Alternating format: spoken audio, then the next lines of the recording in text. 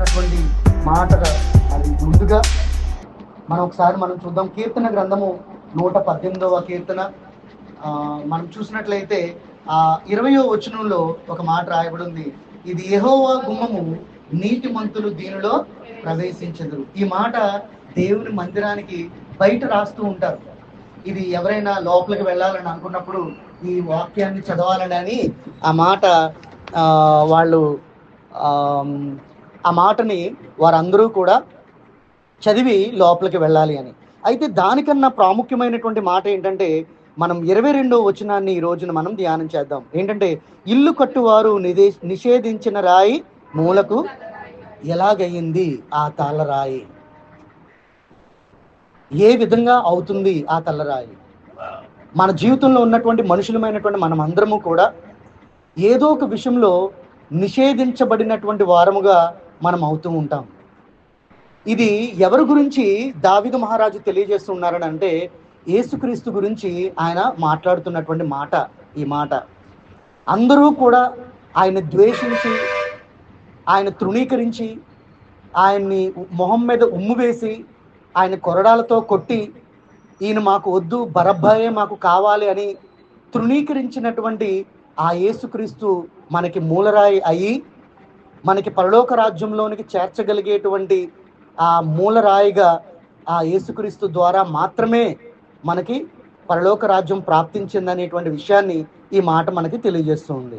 అయితే మనం జీవిస్తున్నటువంటి జీవితంలో మరి మనము ఈ యేసుక్రీస్తు లాగా మనం జీవించాలని అనడానికే ఆయన ఈ లోకంలోనికి వచ్చి ఆయన జీవితాన్ని జీవించి ఆయన వెళ్ళి ఉన్నారు. అయితే మన జీవితంలో వచ్చేటువంటి తృణీకరణలు ఏ విధంగా ఉంటాయి? మనం ఎంతో ఇష్టపడుతున్నటువంటి మనుషులు, మనం ఎంతో ప్రేమిస్తున్నటువంటి మనుషులు మనకి దూరమైనప్పుడు, లేకపోతే మనల్ని ఎవరైనా తృణీకరించి వాళ్ళు దూరమైనప్పుడు మనకి చాలా బాధ కలుగుతుంది. ఇలాంటి బాధలో మనమందరము కూడా దేవుని యేసుక్రీస్తులాగా మనం ఆలోచించాలి, యేసుక్రీస్తులాగా మనం బ్రతకాలి అనేటువంటిదే ఈరోజు మనం ధ్యానం చేద్దాం.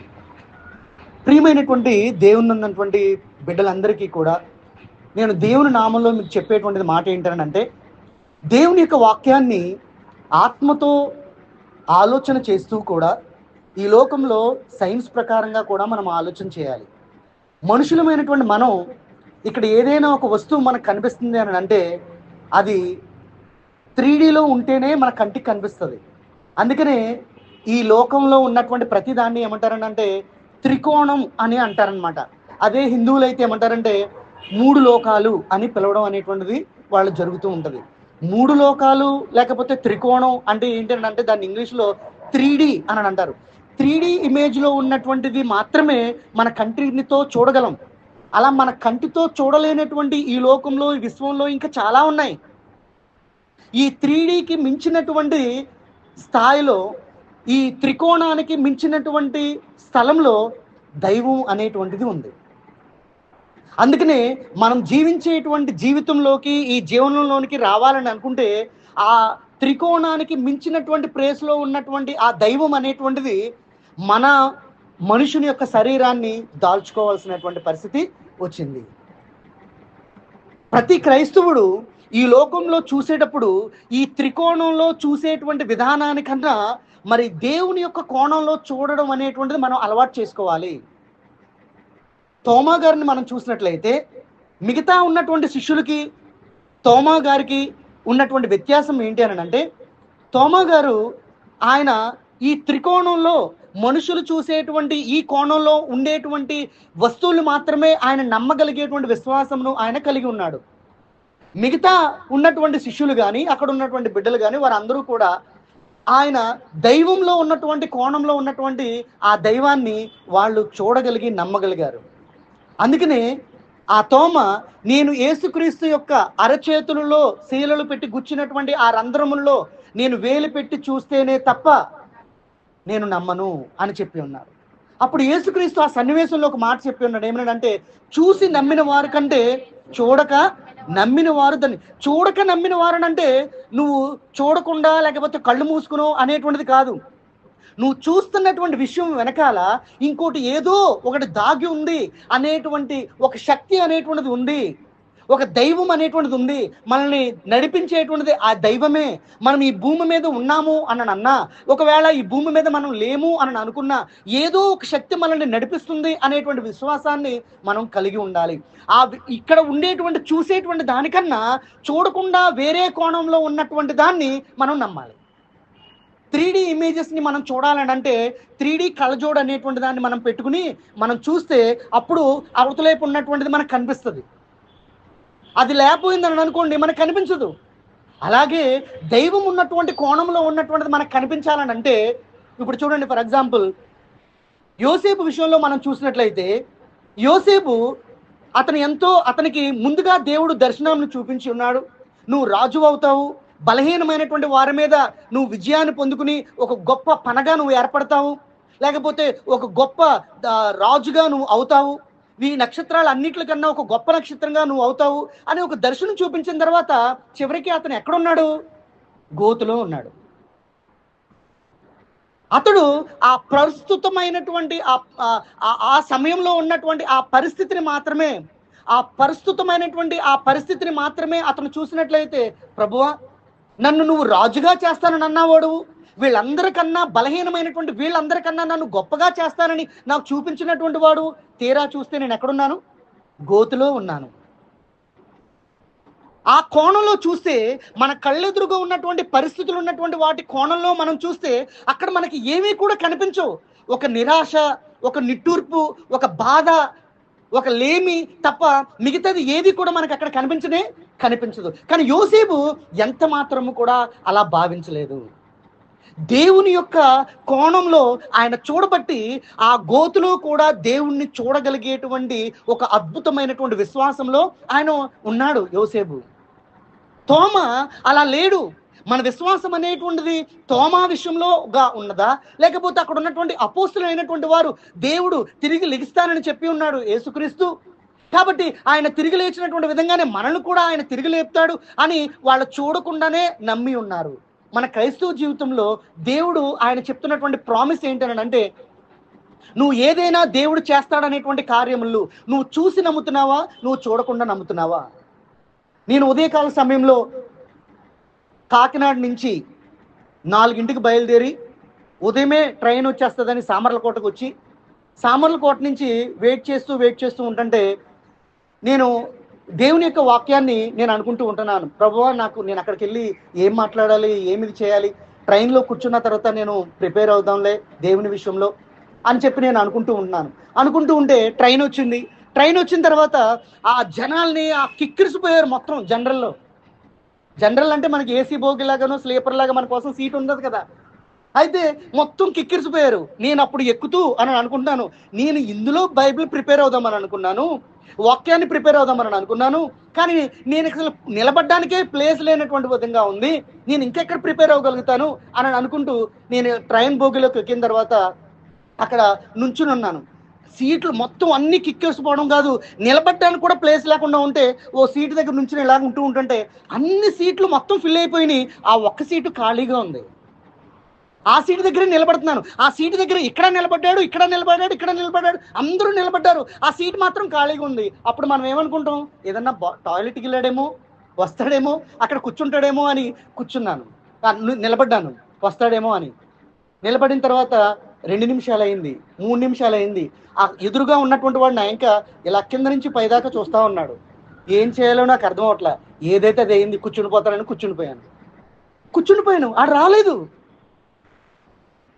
మనం అనుకుంటూ ఉంటాం, మనం ఆ పరిస్థితిని బయట నుండి చూసి నేను అనుకున్నాను, ఇక నిలబడ్డానికి కూడా నాకు ప్లేస్ ఉండదు అని అనుకున్నాను. కానీ దేవుడు నా కోసం అంతమంది ఇరుకైనటువంటి ప్రదేశంలో ఒక సీటు నా కోసం ఏర్పరిచి, నువ్వు దేవుని వాక్యం నువ్వు ప్రిపేర్ అవ్వు అని అన్న తర్వాత మధ్యలోకి వచ్చిన తర్వాత నేను అనుకుంటున్నాను ఏమనంటే, నా కోసం దేవుడు సీట్ ఏర్పాటు చేశాడు, వాక్యం అబ్బా ఎంత ఇదిగా ఉంది, నేను ప్రిపేర్ అవుతున్నాను అని చెప్పి ప్రిపేర్ అవుతూ ఆ బైబిల్ని నేను తీసుకుని నేను చదువుతూ ఉంటూ ఇలా ఉన్న తర్వాత ఇంకా ఒక పావు గంటలో, ఒక 20 నిమిషాల్లో ఇక్కడికి వస్తానని అననంగా ఆ సీటోడు వచ్చి, బ్రదర్ ఇది నాది అని చెప్పి లేదమన్నాడు. ఇదేంటిది, నా కోసం కదా అని అనుకున్నాను కదా. ఇప్పుడు బైబిల్ వాక్యం అయిపోయింది, ప్రిపేర్ చేసేసుకున్నాను, ఒకటి నాకు టైం అయిపోయిందని చెప్పి దేవుడు చూడండి అసలు ఆ కోఇన్సిడెన్స్. వెంటనే ఆ సమయం అయిపోయిన వెంటనే అతను వచ్చి నన్ను లెగమని అనడం. అప్పుడు లేచిన తర్వాత సరే బ్రదర్ కూర్చోండి అని చెప్పి అతను కూర్చోబెట్టిన తర్వాత ఈ లోపల ఒక ఆమె అంటుంది, సార్ మీరు ఇక్కడికి రండి, ఇక్కడ ఖాళీ ఉంది, ఇక్కడ రండి, ఇక్కడ కూర్చోండి అని చెప్పి. అంతమందిలో ఆమె చుట్టూరు అంతమంది ఉన్నా దేవుని ఏర్పాటు ప్రియమైనటువంటి బిడ్డలారా, నువ్వు ఎప్పుడైతే దేవుడు కోణంలో నువ్వు ఆలోచించడం మొదలు పెడతావో, దేవుడు కోణంలో నువ్వు చూడడం మొదలు పెడతావో, అప్పుడు దేవుడి యొక్క రహస్యాలు, దేవుడి యొక్క ఆ యొక్క కార్యాల్ని మనం చూడడం మొదలు పెడతాం. నువ్వు ఎప్పుడైతే అది నా కళ్ళెదురుగా ఉంటేనే, నేను దాకితేనే, నేను ముట్టుకుంటేనే, నేను చేయగలిగితేనే, అసలు క్రైస్తవ జీవితం అంటేనే విశ్వాసంతో ముందుకు వెళ్ళేటువంటిది. అసలు క్రైస్తవ జీవితం అంటేనే ఒక విశ్వాసపూరితమైనటువంటిది. నువ్వు విశ్వాసం లేనిదే ఏమాత్రము కూడా నువ్వు పరలోక రాజ్యంలోనికి వెళ్ళలేం. ఆ విశ్వాసం చాటడానికే మనం బాప్తిసం అనేటువంటి దాన్ని తీసుకున్నాం. అందుకని మనకు బైబిల్ గ్రంథంలో అనేకమైనటువంటి విషయాలు మనం చూస్తూ ఉంటాం. మనం గొలియాతు విషయంలో చూసినట్లయితే, గొలియాతు ఒక ఎత్తైనటువంటి స్వరూపం కలిగినటువంటి వాడు, బహు భీకరమైనటువంటి స్వరూపం కలిగినటువంటి వాడు. అలాంటి స్వరూపం కలిగినటువంటి వాడు అక్కడ ఉన్నటువంటి సైనికుల్లో ఎవరూ లేరు, కానీ ఒక సౌలు మాత్రమే ఉన్నాడు, అంత భయంకరమైనటువంటి స్వరూపం కలిగినటువంటి వాడు. సౌలు గురించి మనం చదవాలని అనుకుంటే సమూయేలు గ్రంథంలో మనం చూస్తే అతని యొక్క జుట్టుతో సహా సౌలుని వర్ణించారు, ఆ రాజుని. అంత ఎత్తైనటువంటి వాడు, గొల్యాతు వంటి భీకర స్వరూపం వాడు. అతను ఏం చేస్తున్నాడు? దాక్కుని ఉంటున్నాడు, సైన్యాన్ని వెళ్ళమంటున్నాడు. గొలియాతు వెళ్ళట్లేదు. ఎందుకనంటే ఈ సౌలు వెళ్ళట్లేదు. ఎందుకనంటే ఈ సౌలు దేవునితో కట్టబడినటువంటి వాడిగా జీవించట్లేదు. సమూయేలు ఏం చెప్తే, ఇదిగో దేవుడు నిన్ను అభిషేకించమంటున్నాడు, నిన్ను ఇది చేయమంటున్నాడు, నిన్ను అది చేయమంటున్నాడు అని చెప్తుంటే తను వెళుతున్నాడు తప్ప దేవునితో అతనికి విశ్వాస సంబంధమైనటువంటి కనెక్టివిటీ అనేటువంటిది ఏది కూడా లేదు. సౌలు ఎప్పుడైనా సరే దేవుని విషయంలో అతను ప్రార్థన చేసి, అతను దేవుని విషయంలో దావీదులాగా తన పొరుపు కొట్టుకుపోయేటువంటి విధంగా కన్నీరు విడిచి దేవుని దగ్గర ప్రార్థన చేసినటువంటి ఏ సందర్భము కూడా సౌలు విషయంలో మనం చూడం. ఎక్కడికన్నా యుద్ధానికి వెళ్ళాలంటే సమూయేలు దగ్గరికి వెళ్ళడం, ఎక్కడికైనా ఏదైనా చెయ్యాలనంటే సమూయేలు దగ్గరికి వెళ్ళి నన్ను ఏం చేయమంటావు అని అడగడం. అయినా కూడా చేయకుండా చేసినటువంటి పనులు సౌలు విషయంలో మనం చూస్తూ ఉంటాం. కానీ ఇతను ఒక రాజు, ఒక దృఢత్వం కలిగినటువంటి సైనికుడు, కలిగినటువంటి బలం కలిగినటువంటి శూరుడు. కానీ దావీదు గొర్రెలు కాసుకునేటువంటి వాడు, బలహీనమైనటువంటి శరీరం కలిగినటువంటి వాడు. సైన్యంతో యుద్ధం చేయడానికి నువ్వు ఇది వేసుకోమని అంటే, అయ్యా నాకు దీనితో ఎప్పుడూ కూడా ప్రావీణ్యం లేదు అని వాటి వస్త్రాలని, కిరీటాలని, కత్తిని, డాల్ని, వీటినన్నిటిని కూడా విడిచిపెట్టేసి బలసూరుడైనటువంటి దేవుడు నాతో ఉన్నాడనేటువంటి విశ్వాసం కలిగినటువంటి దావీదు. నువ్వు నేను కూడా ఈ లోకంలో ఆ దేవుని యొక్క కోణంలో చూడగలిగేటువంటి విశ్వాసం మనం కలిగి ఉన్నట్లయితే, నువ్వు దేవుణ్ణి నమ్మినట్లయితే, ఇదిగో నీకు ఈ అనారోగ్యంగా ఉన్నటువంటిది, ఈ కష్టాల్లో ఉన్నటువంటిది, ఈ బాధలో ఉన్నటువంటిది నీకు తొలగించబడుతుంది అనేటువంటి విషయాన్ని నువ్వు గ్రహించగలిగినట్లయితే, దేవుడు దగ్గర ఖచ్చితంగా నువ్వు ఆ మేలును అనుభవించడమే కాదు, అనేక మందికి నువ్వు విశ్వాసులకే ఒక గొప్ప ఒక ఎగ్జాంపుల్గా మనం అందరం కూడా నిలబడతాం. ప్రియమైనటువంటి బిడ్డలారా, దావీదు ఈ యొక్క 22వ వచనం చెప్పడానికి గల కారణం ఏంటో ఒకసారి మనం చూద్దాం. మనం సమూయేలు గ్రంథం సమూయేలు 2వ గ్రంథం 17వ అధ్యాయము 8వ వచనం ఒకసారి మనం చూసినట్లయితే, సమూయేలు 2వ గ్రంథం 17వ అధ్యాయం 8వ వచనం ఒకసారి మనం చూద్దాం.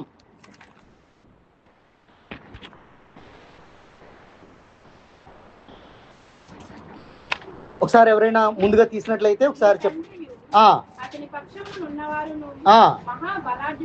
మహాబలాఢ్యులనియు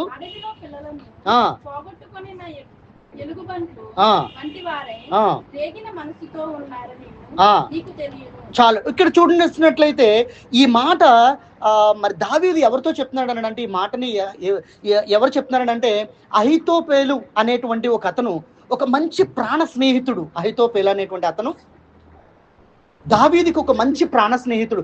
దేవుడు మాటిస్తే దావీదు ఎలా చేస్తాడో, ఈ అహితోపేలు అనేటువంటి ఇతను ఏ మాట చెప్తే అది దేవుని యొక్క మాటగా దావీదు చేసేటువంటి ఒక నమ్మకమైనటువంటి గొప్ప స్నేహితుడు.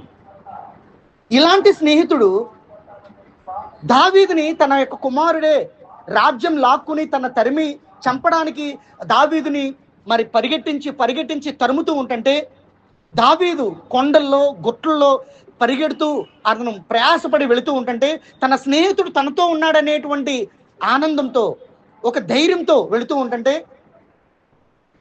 నా స్నేహితుడైనటువంటి అహితోపేతు ఎక్కడున్నాడు అని అడిగినప్పుడు అతని దగ్గర ఉన్నటువంటి సైన్యం ఏమని చెప్తుందంటే, ఇదిగో అహితోపేతు నీ యొక్క కుమారుడు, నీ శత్రువు అయినటువంటి నీ కుమారుడుగా ఉన్నటువంటి శత్రువుతో అతను చేతులు కలిపి ఉన్నాడు అని చెప్పగానే అతను ఎంతగానో బాధపడి, అరే నా జీవితంలో ఇతను ఎంతో గొప్పవాడని, ఇతను ఎంతో శ్రేష్టమైనటువంటి వాడని, నా జీవితంలో నా కష్టాల్లో సుఖాల్లో నా దుఃఖంలో ఇతను తోడుగా ఉంటాడని నేను ఎంతగానో ఆశపడ్డానే, ఇతను నాకు దూరం అయిపోయి ఉన్నాడని ఆ టైంలో కీర్తన గ్రంథం, దావీదు రాసినటువంటి ఒక కీర్తన గ్రంథం ఉంది.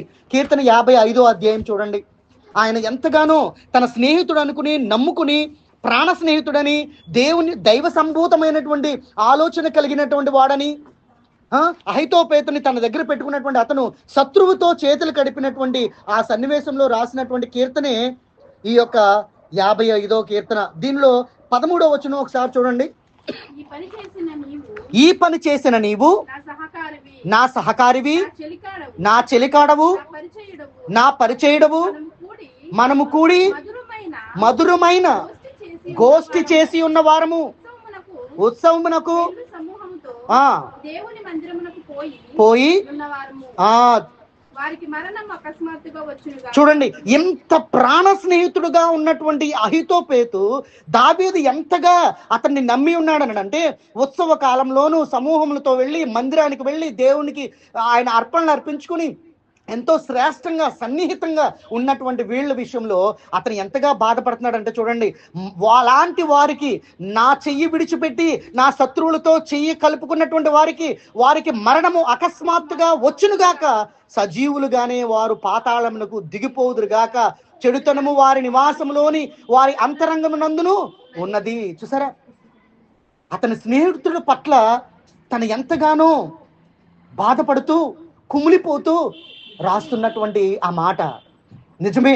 మన ప్రాణాలన్నీ ఒకళ్ళ మీద మనం పెట్టుకున్నప్పుడు, వారు మనల్ని విడిచిపెట్టి వెళ్ళిపోయినప్పుడు, లేకపోతే వారు మనల్ని మోసగించినప్పుడు, వారు మనల్ని చెడుగా మాట్లాడుకుంటున్నారు అని అనుకున్నప్పుడు, మనం దేవుని యొక్క భక్తులుగా విశ్వాసులుగా మనం ఉన్నప్పుడు ఎంత భయంకరమైనటువంటి బాధ మనకి కలుగుతుందో ప్రియమైనటువంటి బిడ్డలారా. అలాంటి సమయంలో దావీదు ఏం ప్రవర్తన అతను ప్రవర్తించాడో మనకు తెలిస్తే నిజంగా ఇది దేవుని యొక్క ప్రవర్తనే, ఇది నిజంగా ఈయన ఆలోచించినటువంటి ఆలోచన దైవికమైనటువంటి ఆలోచనే అని మనం కూడా ప్రియమైనటువంటి బిడ్డలారా మన జీవితాల్లో ముందుకు కొనసాగుతాం. ఒకసారి ఇదే సమూయేలు 2వ గ్రంథం 16వ అధ్యాయము 23వ వచనం ఒకసారి చూడండి. 16వ అధ్యాయం 23వ వచనం. ఆ దినములలో అహితోపేలు చెప్పిన ఏ ఆలోచన అయినను ఒకడు దేవుని యొద్ద విచారణ చేసి పొందిన ఆలోచన అయినట్టుగా. చూసారా, ఎంతగా నమ్మేటువంటి వాడు దావీదు, ఎంతగా అతని మీద నమ్మకం పెట్టుకున్నటువంటి ఆ దావీదు. ప్రియమైనటువంటి బిడ్డలారా, దేవుని ఎదుట ఇలా నమ్మకం అనేటువంటిది చాలా గొప్పగా ఉంటది. పేతురుని యేసుక్రీస్తు కూడా ఎంతగానో నమ్మాడు. వలలు విడిచిపెట్టి తను పిలవగానే తను చెప్పిన వెంటనే వాటినన్నిటినీ వదులుకుని తనను రమ్మన్నటువంటి చోటకి దేవుని యొక్క సేవలోనికి ఆయన వెంబడించమంటే వెంబడించిన తర్వాత పేతురుతో ఆయన, ఇదిగో నా తాళం చెవులు, నేను పరలోకమైనటువంటి తాళం చెవులు నీ చేతికిస్తున్నాను అని చెప్పినటువంటి ఆ పేతురు, నేను నిన్ను ఎరగనని 3 సార్లు అని అంటే, యేసుక్రీస్తు అక్కడ సైన్యం దగ్గర కూర్చున్నటువంటి ఆయన, ఆ మంట దగ్గర కూర్చున్నటువంటి ఆయన పేతురు ఇంకా చూసినప్పుడు యేసుక్రీస్తుకి గుండు పగిలిపోయి ఉండదండి? నా సర్వము నువ్వే అని అనుకుని పెళ్లి చేసుకున్నటువంటి భార్య, పెళ్లి చేసుకున్నటువంటి భర్త మన జీవితంలో మోసం చేశాడని మనకు తెలిసిందని అనుకుంటే భార్యకి కానీ భర్తకి కానీ గుండు పగిలిపోదండి? కానీ యేసుక్రీస్తు పేతురుని క్షమించాడు. ఆ క్షమాపణ పేతురుని ఎక్కడికి తీసుకెళ్ళిందో తెలుసా అండి? పరలోకపు తాళం చెవులు తీసుకోగలిగేటువంటి విశ్వాసంలోనికి ఆయన్ని తీసుకువెళ్ళింది. యేసుక్రీస్తులాగా నేను సిలువ వేయడానికి నేను సరిపడను, నన్ను తలకి విందులుగా సిలువ వేయండి అని చెప్పగలిగేటువంటి గొప్ప విశ్వాసంలోనికి ఆ రోజున యేసుక్రీస్తు పేతురుని, నీ దుర్మార్గుడా, నువ్వే నా యొక్క సేవ విషయంలో భూమి మీద నువ్వు నడిపిస్తావని నేను ఎంతో ఆశ పెట్టుకుంటే నేను ఎరగనని చెప్పి నువ్వు ఇంతగా నన్ను తృణీకరించావా, నువ్వు ఎట్టి పరిస్థితుల్లో నువ్వు నరకానికి వెళతావని చెప్పి పేతురుని అంటే ఖచ్చితంగా నరకానికి వెళ్ళిపోయేవాడేమో కాదు, వెళ్ళిపోయేవాడు. కానీ యేసుక్రీస్తు క్షమించాడు. తన ఎడల తప్పు చేసినటువంటి వారిని క్షమించమని ఆయన సిలువు పైన కూడా యేసుక్రీస్తు కోరుకున్నటువంటిది. తండ్రి, ఇంతగా వీళ్ళు చేస్తున్నారు, వీళ్ళకి ఎందుకనంటే వీళ్ళు 3 కోణాల్లో ఉన్నటువంటి, త్రికోణంలో ఉన్నటువంటి, 3Dలో ఉన్నటువంటి వీటిని మాత్రమే వీరు చూడగలరు కానీ నువ్వు ఉన్నటువంటి కోణంలో వీరు చూడలేకపోతున్నారు ప్రభువా, కనుక వీరేం చేయుచున్నారో వీరికి తెలియదు. ఎలాంటి వారికి సిలువ వేయుచున్నారో, ఎలాంటి వారికి కొరడా దెబ్బలు తినిపిస్తూ ఉన్నారు, ఎలాంటి వారికి మొహం మీద ఉమ్ము వేయుచున్నారో, నేను ఎలాంటి వాడినో వీరికి తెలియదు. నీ ఉద్దేశం ఏంటో వీరు గ్రహించలేకపోతున్నారు. చనిపోయిన తర్వాత ఏ పరిస్థితి ఉంటుందో వీళ్ళు తెలియలేకపోతున్నారు. కనుకనే ప్రభువా, వీరేం చేయుచున్నారో వీరికి తెలియదు కనుక వీరిని క్షమించు. ప్రియమైనటువంటి బిడ్డలారా, క్రైస్తవుడిగా అయిన నాటి నుండి, నువ్వు ఏ నాటి నుంచి అయితే దేవునిలో నువ్వు బాప్తీసం తీసుకుని వచ్చి ఉన్నావో ఆనాటి నుండి దేవుని యొక్క కోణంలో నువ్వు చూడలేకపోతే ప్రతిదీ నరకప్రాయం అవుతుంది. దేవుణ్ణి దూషించడం మొదలు పెడతావు. నీకు కష్టం వచ్చినప్పుడు, నీకు బాధ వచ్చినప్పుడు దేవుణ్ణి దూషించడం మొదలు పెడతావు. యోబుని కట్టుకున్నటువంటి భార్య కూడా మూర్ఖుడా, నువ్వు నమ్మినటువంటి దేవుడు నీకు ఇంకా న్యాయం చేస్తాడని నువ్వు అనుకుంటున్నావా? నీకు ఇంకా దేవుడు అనేటువంటి వాడు ఒకడు ఉన్నాడని నువ్వు నమ్ముతున్నటువంటి దేవుడు దేవుడే అని నువ్వు అనుకుంటున్నావా? నువ్వు నమ్ముతున్నటువంటి నీ దేవుణ్ణి దూషించి నువ్వు చచ్చిపో. నువ్వు ఊరికినే చచ్చిపోవద్దు. ఎందుకని? ఆమె ఈ లోకంలో ఉన్నటువంటి ఆ కోణంలో మాత్రమే చూడగలుగుతుంది, కానీ దైవపు కోణంలో ఆమె చూడనే. అక్కడ రెండు విధాలుగా మనం అక్కడ చూస్తున్నాం. వెంటనే యోబు గారు అంటున్నాడు, ఏమని తెలుసా? మూర్ఖురాలు మాట్లాడినట్టుగా మాట్లాడుతున్నావు నువ్వు. ఇక్కడ దైవపు కోణం అనేటువంటిది ఎలా కనిపిస్తుందో మనకు చూడండి. మూర్ఖురాలు మాట్లాడినట్టుగా నువ్వు మాట్లాడుతున్నావు. నువ్వు దేవుడు మనం ఈ లోకంలోనికి వచ్చినప్పుడు ఏమీ తీసుకుని రాకుండా మనం వచ్చి ఉన్నాము ఈ లోకంలోనికి, అలాగే దేవుని దగ్గరికి కూడా ఏమీ తీసుకోకుండానే వెళతాము. ఆ సాక్ష్యము ఆయన ఎలా చెప్పగలిగాడు? అంత బాధలో ఉండి, అంత కురుపులతో ఉండి, అంత భయంకరమైనటువంటి పరిస్థితిలో ఉండి. నిజమే, నీ కుటుంబంలో ఉన్నప్పుడు భార్యతో నీకు ఇబ్బంది కలగొచ్చు, నీకు భర్తతో ఇబ్బంది కలగొచ్చు, కుటుంబంలో ఉన్నటువంటి బిడ్డలతో నీకు ఇబ్బంది కలగొచ్చు. అయినను వారిని క్షమించి నీ జీవితమును ముందుకు తీసుకుని. నా జీవితంలో ఉన్నటువంటి ఒక విషయాన్ని మీకు చెప్తాను. ఇప్పుడున్నటువంటి టెక్నాలజీ ఎంత బహుఘోరముగా, ఎంత భయంకరమైన అయిపోయిందని అంటే, ప్రియమైనటువంటి బిడ్డలారా, నేను కాలేజీలో ఆర్టిఫిషియల్ ఇంటెలిజెన్స్, డేటా సైన్స్ అనేటువంటి సబ్జెక్ట్ని చెప్తూ ఉంటాను కాకినాడలో. అయితే ఆ ఆర్టిఫిషియల్ ఇంటెలిజెన్స్ అనేటువంటిది, ఆ డేటా సైన్స్ అనేటువంటిది ఎంతగా అభివృద్ధి చెందిపోయిందంటే, చివరికి మనుషులు అనేటువంటి వారు దేవుడితో సంబంధం అనేటువంటిది, నాకు దేవుడు అవసరం లేదు అని అంటారంట.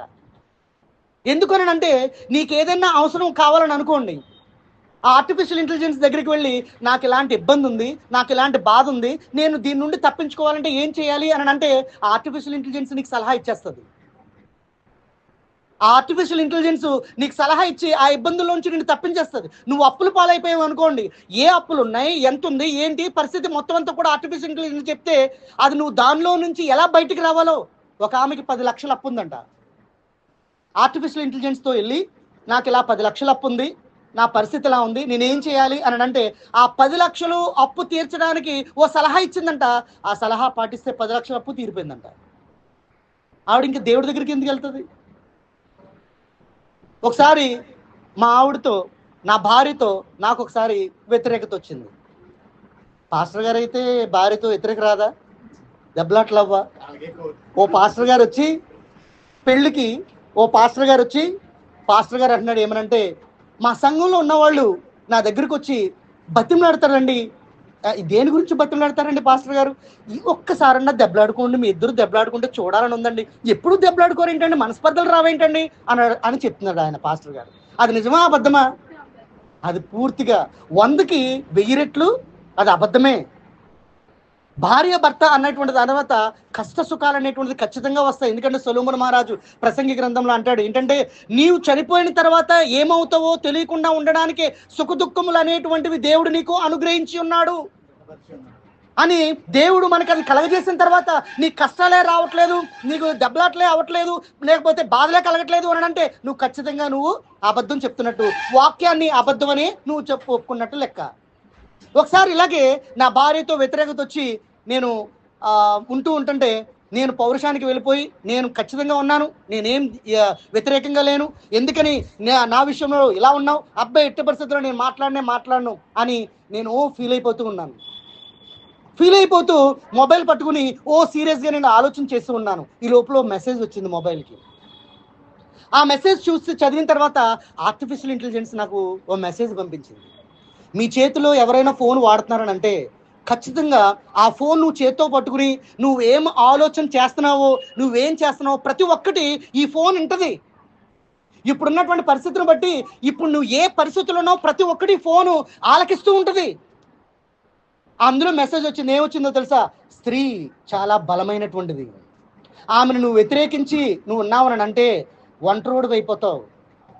పిల్లలు తల్లికి దగ్గర ఉంటారు కాబట్టి పిల్లలు తల్లి దగ్గరికే వెళ్ళిపోతారు.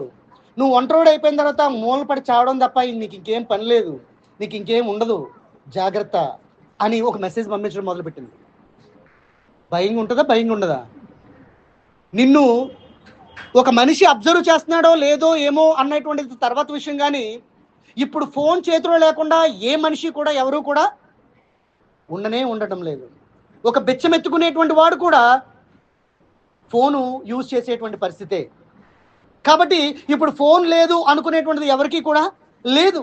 అలాగ నీకు సలహాలు ఇచ్చేటువంటి ఒక ఆర్టిఫిషియల్ ఇంటెలిజెన్స్ అనేటువంటి నీతో ఉన్నప్పుడు దేవుణ్ణి వెంబడించగలిగేటువంటి విశ్వాసం అనేటువంటిది అరుదైపోయేటువంటి పరిస్థితి అవుతూ ఉన్నది. ప్రియమైనటువంటి బిడ్డలారా, మనం దేవుని పట్ల విశ్వాసం చూపించగలిగేటువంటిది, నిన్ను ఆ ఫోన్ అనేటువంటిది తీసుకెళ్లేటువంటి డైరెక్షను మనుషులు చేయబడినటువంటి ఆ మనుషులు ప్రోగ్రాం రాసినటువంటి ఆ ప్రోగ్రాం ప్రకారంగా నడుస్తుంది తప్ప, అంటే ఇంకొక మనిషి వాడు ఇచ్చినటువంటి సజెషన్స్ బట్టే ఆ ఫోన్ నడుస్తుంది తప్ప దైవము నిర్ణయించినటువంటి ఆ నిర్ణయాన్ని ఆ కోణంలో అది ఆలోచించదు.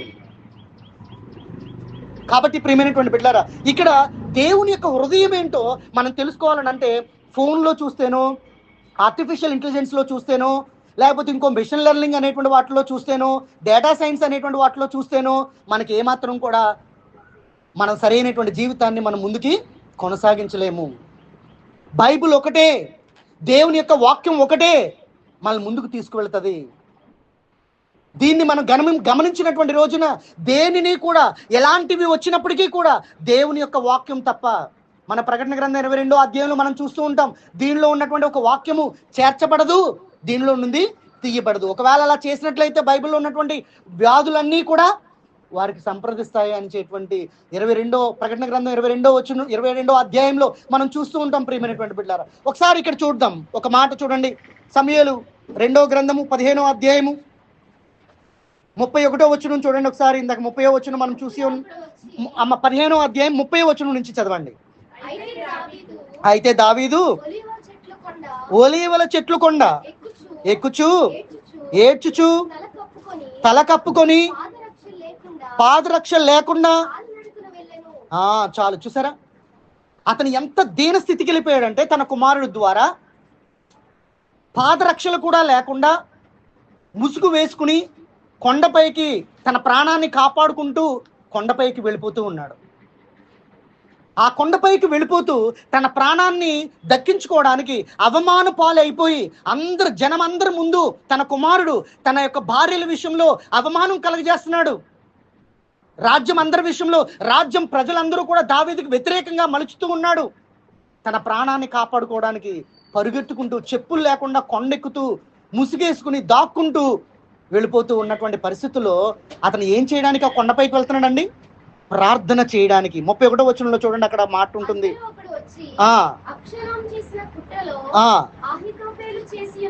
చేసి ఉన్నాడని తెలియజేయగా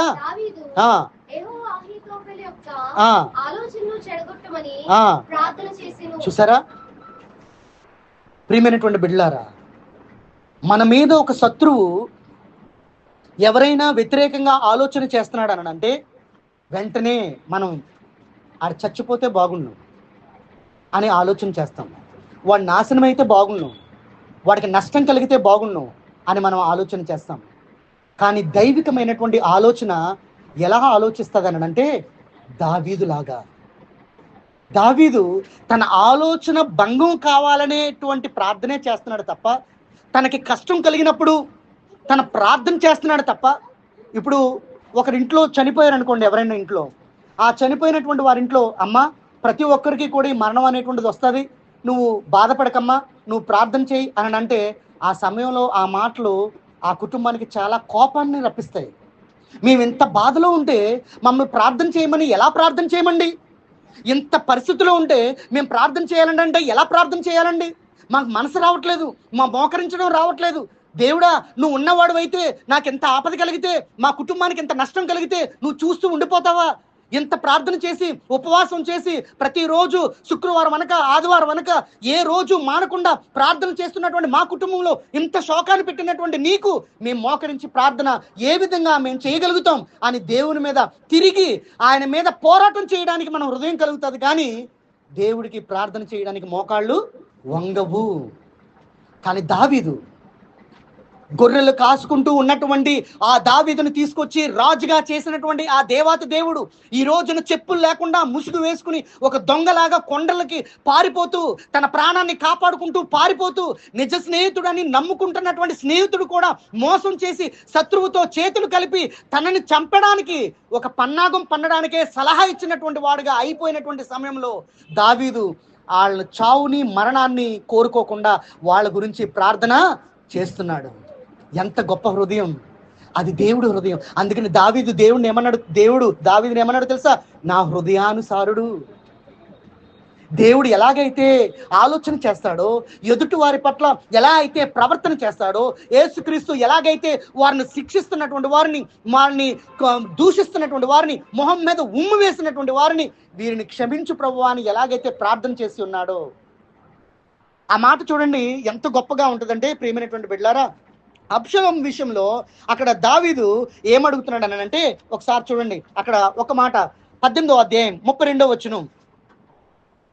తన భార్యల్ని, దావీదు యొక్క భార్యల్ని ప్రజలందరి ముందు చెరుపుతూ తనని రాజుని, తన తండ్రిని, కన్న తండ్రిని చంపడానికి ప్రయత్నం చేస్తున్నటువంటి అబ్షలోము విషయంలో దావీదు ఎంత కోపం అని అంటే, ఇందాక మనం చదువుకున్నాం మొదట్లో ఏమనండి, పిల్లల్ని కోల్పోయినటువంటి ఎలుగుబంటి ఎలా ఉంటుందంటండి? బహు క్రూరంగా ఉంటుంది. దాని ఎదుట పడితే బ్రతకడం అనేటువంటిది ఉండదు. కానీ దాని పిల్లల్లో ఒక పిల్ల కనిపించకపోతే అది చేసేటువంటి రచ్చ ఎంత అంత కాదు. అలాంటి ఎలుగుబంటి పిల్లల్ని కోల్పోయినటువంటి ఎలుగుబంటి లాగా ఉన్నాడు అని అబ్షలోముకి వెళ్ళి చెప్తున్నాడు. అలాంటి కోపంలో ఉండి అబ్షలోము గురించి ఏ ఆలోచన చేస్తున్నాడో చూడండి. 18వ అధ్యాయం 32వ వచనం. రాజు బాలుడగు అబ్షలోము, అబ్బా ఎంత హృదయం అండి! ఒక కన్న తండ్రిని కన్న కొడుకు లాగి గోపు మీద కొట్టి అతన్ని తరిమేసి, వాళ్ళ అమ్మని ఇంట్లోంచి తరిమేసి నానా విధాలుగా చేస్తున్నటువంటి అతని కుమారుడు విషయంలో ఎవరన్నా వాళ్ళ ఇంటికి వెళ్ళి వస్తున్నప్పుడు ఆడు బతుకున్నాడా అని అంటారు. లేకపోతే వాడు ఎలా ఉన్నాడు అనేటువంటి మాట కూడా అడగకుండా వాడు నా జీవితంలో ఎప్పుడో చచ్చిపోయాడు, నాడికి నీళ్ళు వదిలేశాను, ఎన్నో రకాలైనటువంటి మాటలు. కానీ ఇక్కడ దావీదు చూడండి, దేవుడు దావీదు విషయంలో నా హృదయానుసారుడు అనడానికి అతను హృదయం అనేటువంటిది ఎంతగా దేవునిలాగా పోలి ఉన్నదో ఆలోచించండి. దావీదు ఊరికనే ఆశీర్వదింపబడలేదు. దావీదు ఒక గొర్రెలు కాసుకునేటువంటి వాడిని, వాళ్ళ అన్నలు అందరూ కూడా యుద్ధ ట్రైనింగ్లో, మరి వాళ్ళందరూ కూడా మంచి ట్రైనింగ్ అయిపోయినటువంటి వాళ్ళందరినీ కాదని దావీదుకి ఆ యొక్క చేతిని ఆ దేవుడు ఆ రాజ్యాన్ని అప్పగించడానికి, తన ప్రజల్ని పరిపాలించడానికి ఆ అధికారం ఊరికనే ఇవ్వలేదు దావీదుకి. దావీదు హృదయం ఏంటో దేవుడికి తెలుసు. ఈ రోజున మన జీవితంలో వచ్చేటువంటి కష్టాలని, మన బాధల్ని, మనకి అప్పుడే వచ్చినటువంటి ప్రతి దాన్ని మనం ఈ లోకంలో ఉన్నటువంటి కోణంలో మనం చూడబట్టే ప్రజల్ని మనం వ్యతిరేకంగా ఆలోచన చేస్తున్నాం. జనుల్ని వ్యతిరేకంగా ఆలోచన చేస్తున్నాం. కానీ మత్తయి సువార్త 5వ అధ్యాయం ఒకసారి చూడండి. మత్తయి సువార్త 5వ అధ్యాయంలో ఒకసారి మనం చూసినట్లయితే 24వ వచనం చూడండి ఒకసారి. ఎందుకని మనం ఈ రోజున పొందుకోలేకపోతున్నామనంటే ఏదైనా చదవమ్మా. అక్కడ బలిపీఠం ఎదుటనే నీ అర్పణమును విడిచిపెట్టి మొదట వెళ్ళి నీ సహోదరునితో. చూసారా అక్కడ ఏమంటుందో? దావీదు ఎందుకు ఆశీర్వదింపబడ్డాడు? తనకి హృదయానుసారుడు ఎందుకని అన్నాడు అని అంటే, నీవు దేవుడు ఎవరైనా కోపం ఉన్నప్పుడు మళ్ళా సూర్యుడు అస్తమైపోయే లోపల ఆ కోపాన్ని విడిచిపెట్టమని దేవుడు చెప్పి ఉన్నాడు. మరలా మనకు నూతన నిబంధనలు అంటున్నాడు, అప్పటికన్నా నీ కోపం చల్లారకపోతే ప్రభురాత్రి భోజనం దగ్గరికి వచ్చే ముందు నీ ఆ కోపాన్ని నువ్వు వాటిని వెంటనే అక్కడ విడిచిపెట్టి, ఎవరితో అయితే వ్యతిరేకంగా ఉంటున్నావో, ఎవరితో అయితే అనీతిగా నువ్వు ప్రవర్తిస్తున్నావో వాళ్ళ విషయంలో నువ్వు వెళ్ళి క్షమాపణ పొంది సమాధానం పొందుకుని అప్పుడు నువ్వు వచ్చి ప్రభురాత్రి. అందుకనే మనకి అపోస్తుల ఆరాధన, ఇది అపోస్తుల ఆరాధన. యేసుక్రీస్తు అపోస్తులకి నేర్పించినటువంటి ఆరాధన. నువ్వు క్రీస్తుని నువ్వు జ్ఞాపకం చేసుకోవడానికి ప్రతి ఆదివారము నువ్వు బల్ల దగ్గరికి వచ్చేటప్పుడు నువ్వు సమాధాన పడి నువ్వు ఇక్కడికి రావడానికి, అందరిలోనూ క్రీస్తుని హృదయాన్ని నువ్వు పోలుకుని ఇక్కడికి రావడానికి, నెలకి ఒకసారి సమాధాన పడడం కాదు, ప్రతి వారము కూడా నువ్వు అపోస్తులందరూ కూడా ఇంటింటా తిరుగుతూ, ప్రతి ఆదివారం వారు ఇంటింటా తిరుగుతూ రొట్టె విరుచుచు క్రీస్తుని సిలువ సాక్షిని వాళ్ళు ప్రకటిస్తూ ఉన్నటువంటి సువార్తను వారు ప్రకటించి ఉన్నారు. ఇప్పుడు వారి సువార్తలో ఉన్నటువంటి మనం ఆ క్రీస్తు హృదయంగా మనం కలిగి ఉండాలంటే మొట్టమొదటిగా మనం చేయాల్సినటువంటిది, మనం ఎవరికైతే వ్యతిరేకంగా ఉన్నామో వారితో సమాధాన పడి మనం రావాలి. ఒకసారి మా తమ్ముడి మీద నాకు కోపం వచ్చింది. ఆదివారం చర్చికి వెళ్ళాలి. ఏం చేయాలి? నేనే అక్కడ ప్రభురాత్రి భోజనం ఇవ్వాలి. వెంటనే ఏం చేయాలో తెలియక ఫోన్ చేశాను. అప్పుడు మా తమ్ముడు ఎత్తలేదు, మా మరదలు ఇచ్చేసింది ఫోన్. అమ్మ, మా తమ్ముడు ఉన్నాడా, బాబీ ఉన్నాడా అని పిలిచాను. పిలిచిన తర్వాత లేరండి బావగారు, వచ్చిన తర్వాత చెప్తానులేండి అని తను అన్నది. అమ్మయ్య మాట్లాడేశాను, సమాధాన పడ్డాను. క్రీస్తులో ఉన్నటువంటి మనం ప్రతి వాక్యము నీకు జ్ఞాపకం రావాలి. ఒక పని చేసేటప్పుడు ప్రతి వాక్యము నీకు జ్ఞాపకం రావాలి. అలా చేయకుండా చూడండి, మనకి కొరింథీయులకు రాసినటువంటి మొదటి పత్రిక 11వ అధ్యాయంలో ఏముంటుందో తెలుసా? దీనిని ఎవరైనాను పరిశుద్ధంగా ఆచరించకపోయిన ఎడల అనేక మంది వ్యాధిగ్రస్తులై ఉన్నారు, అనేక మంది మరణించి కూడా ఉన్నారు అని రాయబడి ఉంటుంది అందులో. ప్రభురాత్రి భోజనం అనంటే ఏదో ఓ రొట్టు ముక్క కింద, ఒక ద్రాక్షరసం కింద ఏదో నువ్వు అలా పరిశుద్ధంగా లేకుండా నువ్వు అలా తీసుకున్నట్లయితే ప్రతి ఆదివారము తీసుకోవాలి. నువ్వు అలా పరిశుద్ధంగా లేకుండా, ఒకవేళ నువ్వు సమాధాన పడకుండా నువ్వు వచ్చి అలా తీసుకున్నా, నువ్వు అందించిన అది చాలా అనారోగ్యాన్ని, మరణాన్ని కూడా కలిగిస్తుంది అనేటువంటి విషయాన్ని మనం కలిగి ఉంటే నువ్వు క్రీస్తు హృదయాన్ని కలిగి ఉన్నట్టే లెక్క. దావీదు ఎందుకు క్షమించాడని అంటే ఆయన అన్నాడు, అలాగే అన్నాడు. మీరు మొదటగా రోమిల్ రాసినటువంటి పత్రికలో ఇంకా గొప్పగా రాయబడి ఉంటుంది. నాకు ఇచ్చిన టైం అయిపోయింది, ఒక మాట. మార్కు సువార్త 11వ అధ్యాయం 25వ వచనం ఒకసారి చూడండి. మార్కు సువార్త 11వ అధ్యాయం 25వ వచనం నేను ముగించేస్తాను. మీరు ఏమైనను కలిగి ఉన్న ఎళ్ళను ప్రార్థన చేయనప్పుడెల్లను. చూసారా, ప్రార్థన చేయనప్పుడల్లా వారంలో మధ్యలో ఎవరైనా విరోధం కలిగి ఉన్నట్లయితే వాళ్ళ గురించి ప్రార్థన. దావీదు కూడా తన కుమారుడు, తన భార్యల్ని ప్రజలందరి మధ్యలో వారిని హింసిస్తూ ఉన్నప్పుడు, మానభంగం చేస్తూ ఉన్నప్పుడు భయంకరమైన ఎంత కోపం వస్తుందండి రాజుకి, దారుణమైనటువంటి కోపం వస్తుంది. కానీ అబ్షలోము చనిపోయినప్పుడు ఏం చేశాడో తెలుసా? సమూయేలు 2వ గ్రంథం 18వ అధ్యాయం ఒకసారి చూడండి, ఆ మాట చూడండి. 18వ అధ్యాయము 33వ వచనం ఫాస్ట్ గా. బహు కలతపడి గుమ్మమునకు పైగానున్న గదికి ఎక్కిపోయి ఏడ్చెను, సంచరించుచు నా కుమారుడా అబ్షలోమా, నా కుమారుడా అబ్షలోమా అని కేకలు వేయచ్చు. అయ్యో నా కుమారుడా, నీకు బదులుగా నేను చనిపోయిన ఎడల ఎంత బాగుండు. ఏం ప్రార్థన అండి నిజంగాను. తనకి భయంకరమైనటువంటి చంపుదామని కన్న కొడుకే వెనకాల తిరుగుతూ తనకు తల్లి లాంటి ఉన్నటువంటి తల్లులందరినీ కూడా భయంకరమైనటువంటి చిత్రహింసలు చేస్తున్నటువంటి కొడుకు విషయంలో చనిపోతే దేవుడికి వ్యతిరేకంగా చేసిన నా కొడుకు చచ్చిపోయాడు అని అంటారు ఎవరైనా. అయితే ఇంకా భయంకరంగా చిత్రహింసలైనటువంటి చావు రావాలి వాడికి అని హ్యాపీగా ఫీల్ అవుతారు. కానీ దేవుని కోణం అది కాదు. దేవుడు చూసేటువంటి కోణం అది కాదు.